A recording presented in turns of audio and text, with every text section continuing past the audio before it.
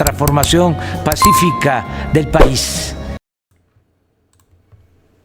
Amigos, bienvenidos a una nueva transmisión más a este su canal Pregoneros de la 4T, en busca de la información para esta cuarta transformación. Servidor Irving Rodríguez transmitiéndoles desde el día de hoy. Nos encontramos ya a viernes 27 de octubre del 2023. Si nos estás viendo por primera vez, muchísimas gracias por tu tiempo y por tu espacio.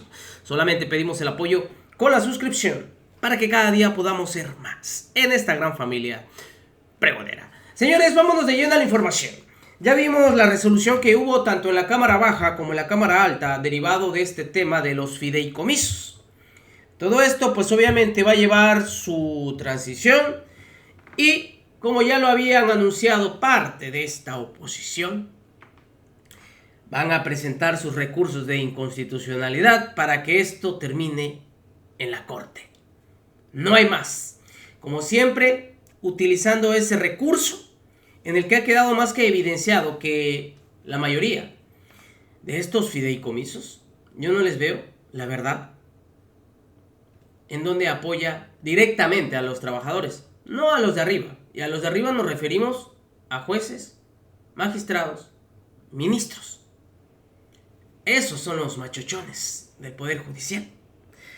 Ahora, todos estos trabajadores que se dicen que van a ser simplemente afectados, pues que lo demuestren.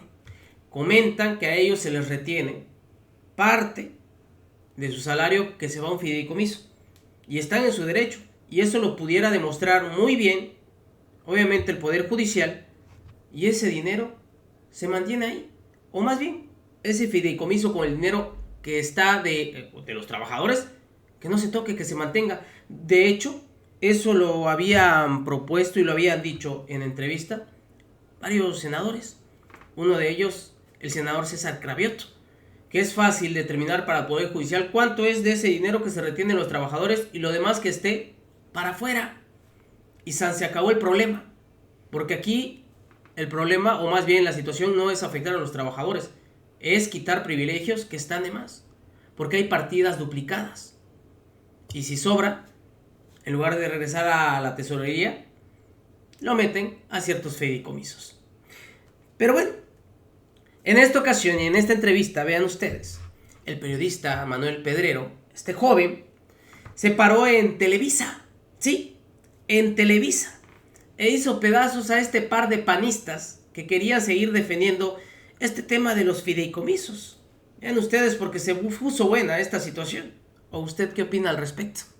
Fideicomisos del Poder Judicial es el tema de esta noche. Me da mucho gusto recibir en la mesa a Manuel Pedrero, que es estudiante de Ciencia Política y Administración Pública y director de Los Reporteros MX. ¿Cómo estás? Muchas gracias, Natalia. Un fuerte abrazo a todos los compañeros. Honrado por la invitación y listos para entrarle al debate. Recordemos que han sido 6 años de mucha polarización. Sin embargo, en estos últimos 6 meses han habido, por así decirlo, muchas tensiones, no solamente entre el representante del Ejecutivo y el representante del Judicial, sino por el contrario, ya mucho golpeteo y han llevado a cabo muchísimas cuestiones legales para golpetear a unos y otros, donde se va a querer poner en el mismo cuadro entre buenos y malos al Poder Judicial, que ellos ni siquiera van a competir en elecciones, ellos ni siquiera van a buscar algún cargo de elección popular y ellos ni siquiera están en este tema electoral, pero los van a poner ahí principalmente para que vayan a la narrativa de por eso hay que reformar el Poder Judicial a modo de como lo propone el oficialismo. ¿Cómo se lee este conflicto? Manuel, tú, por parte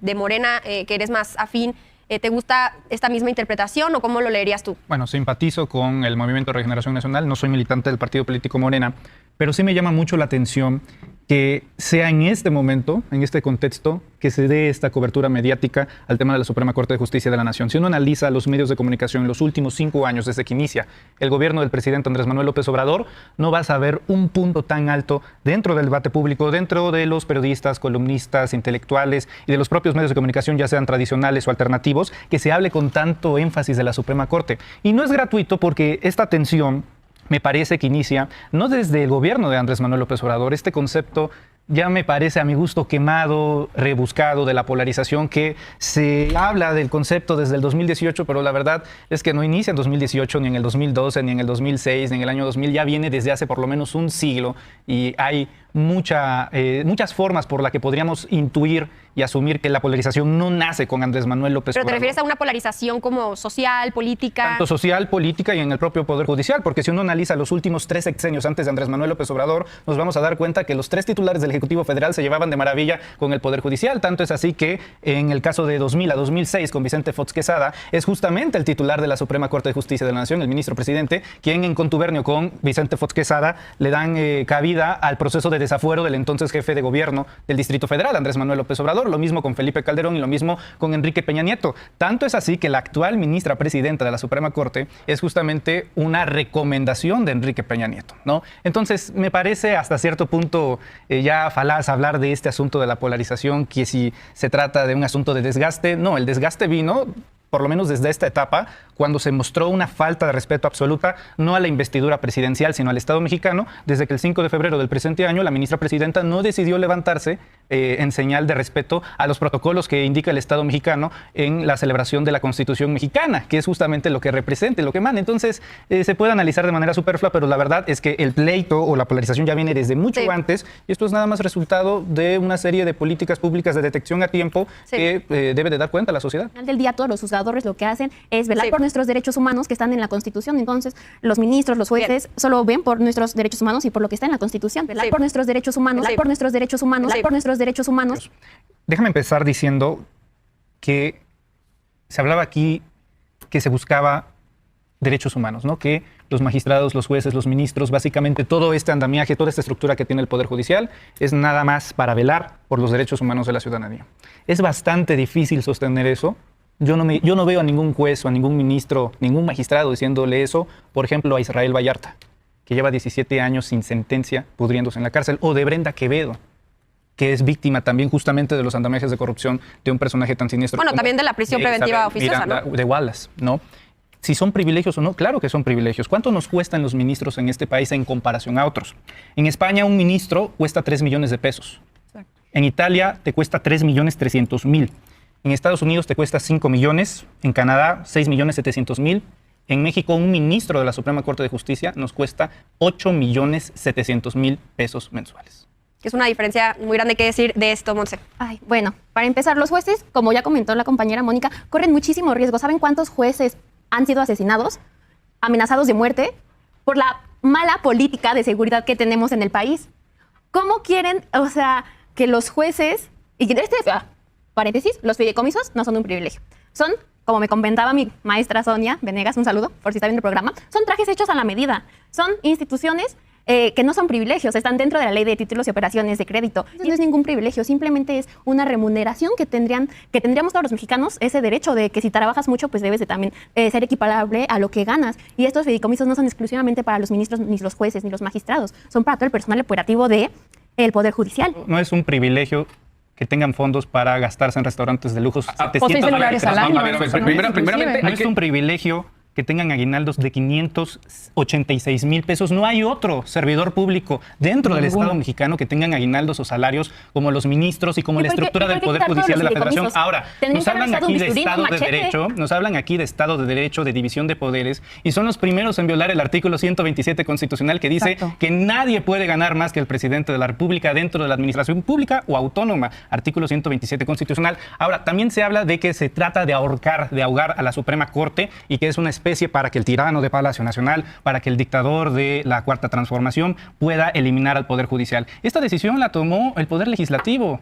No soy abogado, pero si tiene una idea por quién. No. Lo dice el artículo 74 de la Constitución. La única facultad exclusiva que tiene la Cámara de Diputados es aprobar el presupuesto. Eso no le corresponde ni al Judicial ni al Ejecutivo. Entonces, tenemos un gran dilema. Ahorita estamos hablando de los fideicomisos. Que es parte del presupuesto. 15,000 millones de pesos es en lo que quedó. Ahora, y además también, importante recordar que el objetivo de los fideicomisos es que puedan abonar al patrimonio, ¿no? En este caso, tampoco la Suprema Corte de Justicia de la Nación tiene la facultad de revocar los fideicomisos, siempre y cuando no existan obligaciones a cargo del patrimonio y sin perjuicio de los derechos que correspondan a terceros. Esto dice que está establecido en el artículo 392 de la Ley General de Títulos y Operaciones de Crédito. A mí me parece mezquino el hecho de que el propio Poder Judicial ponga a disposición de a su sindicato y los ponga a manifestarse solamente para defender a sus patrones. A ver, ¿por qué Es porque un ellos aportan sindicato dinero. están Es defendiendo a el sus dinero de patrones? su También mencionamos las situaciones de precariedad laboral que existen en el Poder Judicial. No es normal que estén laborando hasta las 10 de la noche, que tengan una hora entrada fija que tengan una hora fija de entrada, pero no de salida. La carga Entonces, ¿quién lo excesiva va a de hacer? trabajo. Y con menos presupuesto se ¿quieres que soluciona. ganen menos? Tampoco se trata de manipular con las palabras. Tampoco se trata de manipular con las palabras. Tampoco se trata de manipular con las palabras, porque sí sería bueno distinguir, ver correctamente qué es un privilegio. Porque una cosa puede ser a lo mejor un lujo. Un privilegio lo que tú tienes, a lo un- que otros no tienen acceso. Sí. Exacto. En ese caso, todos tenemos cosas que otros no tienen porque todos somos diferentes. Ahora, lo que vamos del privilegio, primeramente, una cosa son los lujos que pueden tener los servidores públicos, es debatible si los pueden tener sí o no. Y otra cosa es algo que una persona tiene de manera injusta, en la cual al momento en que lo obtiene ello, perjudica a otros. Todo lo que necesitamos para empezar a solucionarlos, Manuel. A ver, se habla de que se está reduciendo el presupuesto. La verdad es que no. Y también que no se manipule con las palabras. Hablemos con los números. Esta gráfica es de un periodo de hace 10 años, de 2013 a 2024. Es exclusiva de los fideicomisos, no del presupuesto en general que recibe el Poder Judicial, que está dividido en tres, en el Tribunal Electoral, en el Poder de la Judicatura, en el Consejo de la Judicatura y de la Suprema Corte. El total en 2013 era de 8.724 millones de pesos. 10 años después, hoy son 21.000 millones de pesos. Es decir, Aumentan 50. que en un periodo de 10 años aumentó 150% los fideicomisos a la Suprema Corte. No es que se les esté reduciendo algo, es que todos los años Pero no iba en solo a la aumento. Suprema Corte. Claro, Y- y- al Consejo de la y a los datos de la Judicatura, al Selene, Tribunal ¿cuánto se les Electoral del aumentó? Poder Judicial de la Federación. Es que también Y al Fonatur para construir el no Tren por Maya. Tienes toda una estructura que ha sido financiada a costillas de los mexicanos y uno diría, bueno, que se les financie con todo, que se les dé todo lo que tengan que trabajar si tuvieran resultados eficientes en materia de justicia. Nada más la semana pasada, un tribunal federal perdonó una megamulta de 9.000 millones de pesos a la extranjera empresa Iberdrola. 9.000 millones de pesos que iban a parar a las arcas de la federación, a los bolsillos de todos los mexicanos, de todos nosotros. Un juez, un tribunal federal decidió, no, se le perdona la deuda de 9.000 millones de pesos a Iberdrola. Igual que Pero si Ricardo no es Salinas suficiente, remontémonos al periodo de esta nueva Suprema Corte, de este nuevo Poder Judicial. 10 de febrero le desbloquean las cuentas a Luis Cárdenas Palomino. Sí, a ver. Mano derecha de Genaro García Luna, hoy encarcelado por 5 delitos federales. 21 Así de es. febrero, Y también cercano le a los que se dice descongelan la las gente que ahorita está en la cuentas, le Sedena también, descongelan por las cierto, cuentas a Linda Cristina Pereira, esposa de Genaro García Luna, el 21 de febrero, otra vez el Poder pero Judicial. y el mismo 30 día que minutos se- a ver, después oigan, del pues, juicio. se está encendiendo mucho el debate, 24 de pero febrero tenemos que cancelan hacer una el proceso pausa penal aquí. de Rosario Robles, 28 de febrero amparan a Cabeza de Vaca, el Poder Judicial impide que llamen el torturador de ¿Al Tomás torturador? Herón, es decir, no habría ningún problema en qué darle tiene que ver todo con el los A ver, oigan, dinero, vamos a hacer todo una este pausa. dinero. Seguimos hablando de esto. Vamos a regresar después del corte y vamos a seguir justo donde nos quedamos. Así que no se vayan, volvemos con esto en Sin Filtro. Pues ¿quién creen que ganó en Sin Filtro? Ahí ustedes lo escucharon y pueden dejar sus comentarios. Llevan a gente del PAN a querer defender lo indefendible y con pruebas, con argumentos, simplemente se les hace pedazos. Nos vemos, señores, que sigan pasando un excelente día. Servidor Efraín Rodríguez transmitiéndoles desde su canal. Recuerden, estamos en busca de la información para esta cuarta transformación. Nos vemos. Hasta la próxima.